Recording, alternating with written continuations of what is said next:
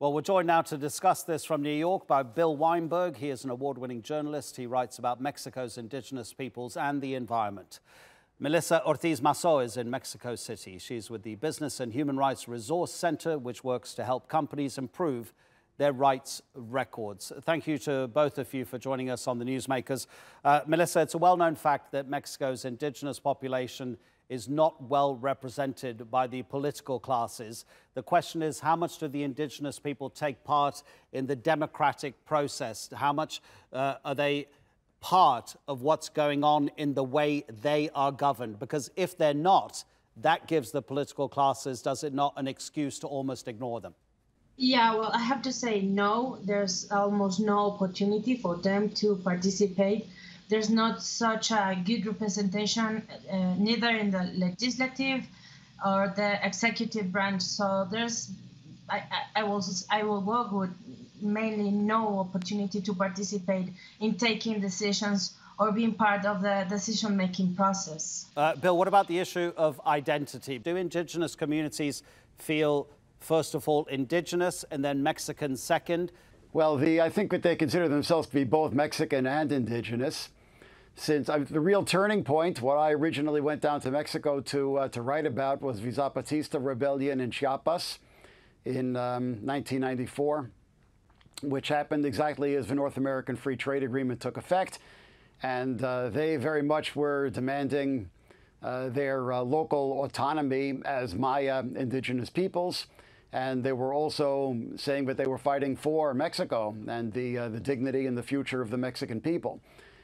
They wanted a dignified place for indigenous peoples within the context of a Mexico which was able to assert its own dignified future in the context of North America and not be subjugated by NAFTA, which they perceived as both a humiliation for Mexico as well as what they called a death sentence for the indigenous peoples of Mexico.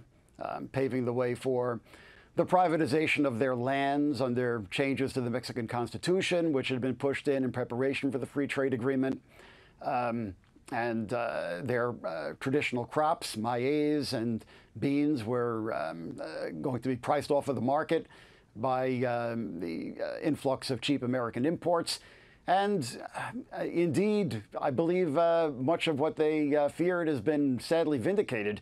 I think that a lot of the wave of immigration, which we saw in the years since NAFTA, which is so much an issue in the United States right now and has sparked this extremely ugly and xenophobic response, which the Trump administration has deftly exploited, is due to NAFTA, is due to the Mexican peasantry and indigenous peoples in particular being expropriated of their lands and of their niche in the traditional economy.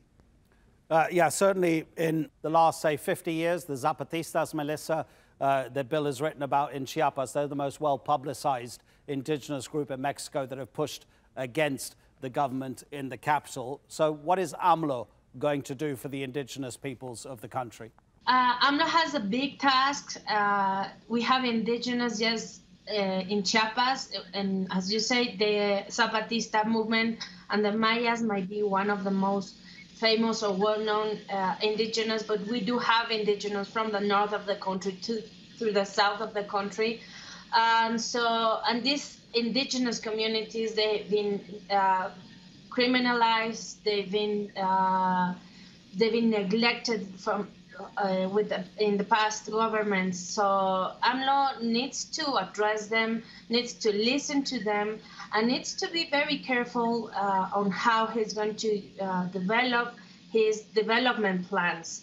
He's been very close to the people from Tabasco and indigenous people from Tabasco, mainly Chontales, because he's from that region.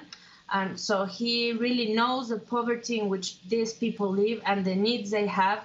But he's also trying to be more into the fossil fuel industry, which is actually damaging a lot of indigenous people. So I think he needs to be very careful. He needs to listen to them and try to be more, try to involve them in decision making in all the extractive industry decisions they're going to make, whether it's oil, gas, mining, because all these industries are mainly being developed in indigenous people territories, and also renewable energy also has been developed in indigenous territories. So they need to be very careful on how they're going to develop this and how they're going to include indigenous people in the decision-making process. Bill, how much resistance do you expect if AMLO's government does pass legislation that safeguards indigenous rights at the expense of business? Certainly, speaking as a New Yorker, I found it extremely worrisome when about 10 years ago, he was the governor of Mexico City, and he brought in Rudolph Giuliani as a anti-crime advisor. And Giuliani, of course, today, being still in the news today as a legal representative for Donald Trump, and when he was the mayor of New York City, there had been many absolutely notorious and ghastly incidents of police abuse. So I found that rather worrisome.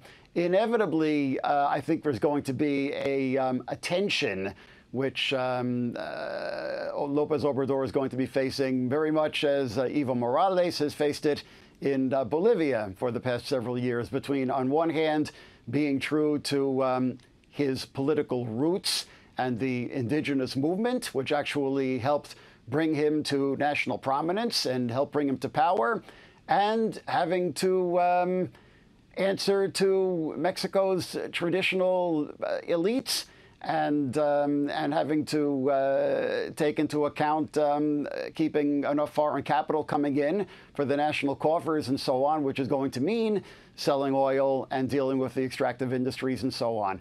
So I think that the real challenge for the indigenous and popular movements in Mexico in the years to come is going to be to keep Lopez Obrador accountable and try to keep him as much as possible true to the original spirit of the movements which brought him to national prominence more than 20 years ago in Tabasco.